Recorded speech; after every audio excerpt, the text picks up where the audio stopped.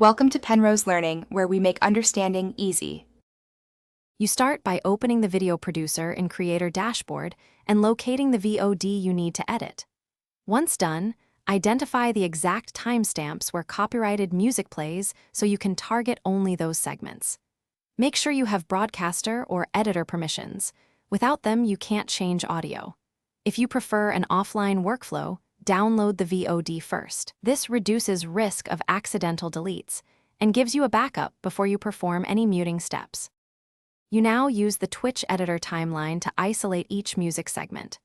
Scrub to the start point, drag the selection to the end point, and choose Mute Audio or Replace Audio with Clean Audio.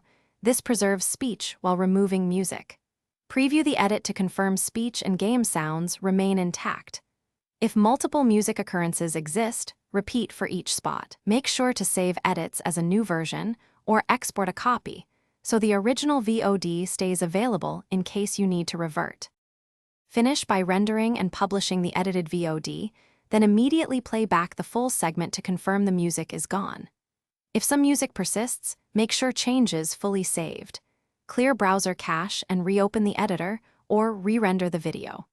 For stubborn cases, export the VOD and perform precise audio removal in an external editor like Audacity or Premiere, then re-upload. Keep the original file as a backup and note timestamps and actions taken in case you need to respond to a copyright claim. Thanks for watching. If this was helpful, leave a like and consider subscribing. See you next time.